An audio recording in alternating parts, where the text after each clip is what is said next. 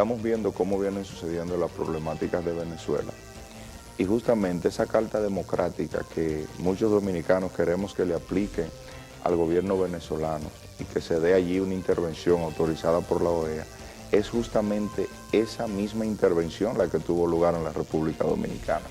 La aprobación de esa carta democrática permitió que Estados Unidos interviniera en nuestro país como una forma de evitar esa problemática que se ve, esa revolución que inició ahí, con un grupo que quería volver a la constitucionalidad y otros que ya entendían que el derrocamiento era un hecho del profesor Juan Bosch y que tenía que haber elecciones o poner a otro líder. Pero miren qué interesante, ese ejército norteamericano no es fuerte desde ayer, no es fuerte hace 3 años, no, ese ejército fue el que dio la gran batalla en la Segunda Guerra Mundial y es justamente a ese ejército al que los dominicanos hicieron retroceder.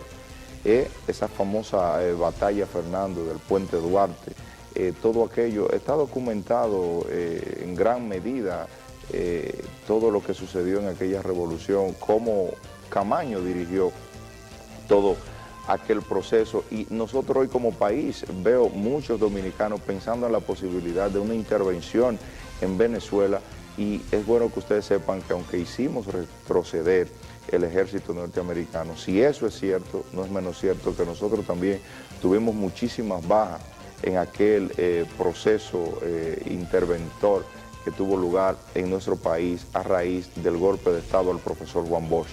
Y eso debe llamarnos la atención, porque no es tan simple como la intervención pura y simple en un país.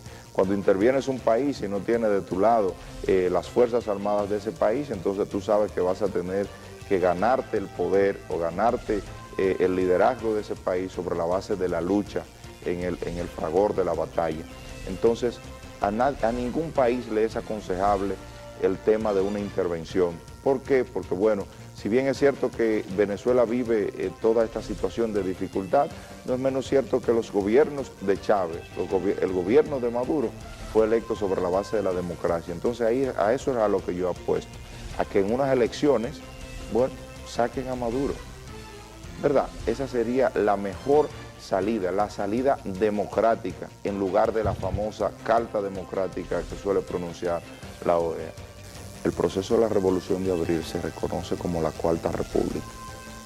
Y justamente eso sucede porque la Primera República naciera con la independencia.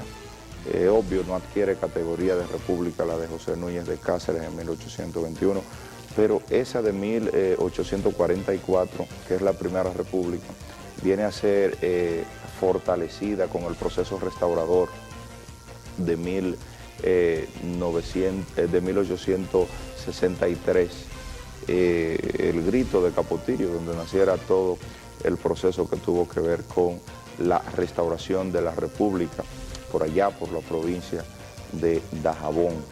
Eso es lo que tú quieres resaltar.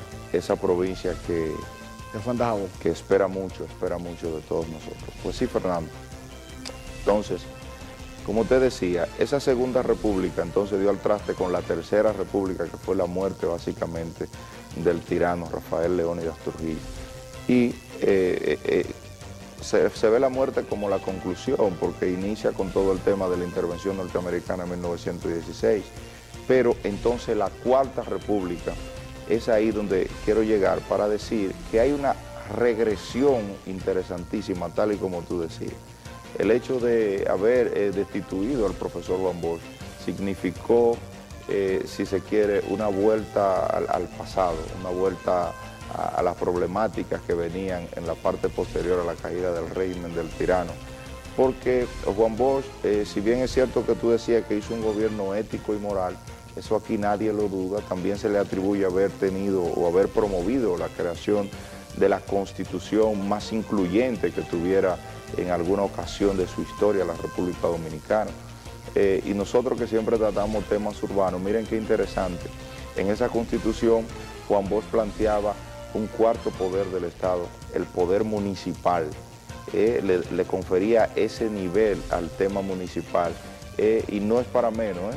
Hay que estar claro que en la medida que la democracia se va fortaleciendo y que la institucionalidad del país se va haciendo mayor, nosotros tenemos que caer en procesos de descentralización que nos lleven a que le sean entregadas a los gobiernos locales muchísimas de las competencias y de las facultades que hoy tiene el gobierno nacional. Esa es la forma fundamental de tu poder promover el desarrollo de un municipio a partir de sus autoridades. ¿Por qué? Porque el alcalde es la autoridad electa más cercana al pueblo, es la unidad política más cercana a la gente, el ayuntamiento. Por eso ustedes ven que la mayoría de países que avanzan, la educación la dirige el ayuntamiento, la salud la dirige el ayuntamiento.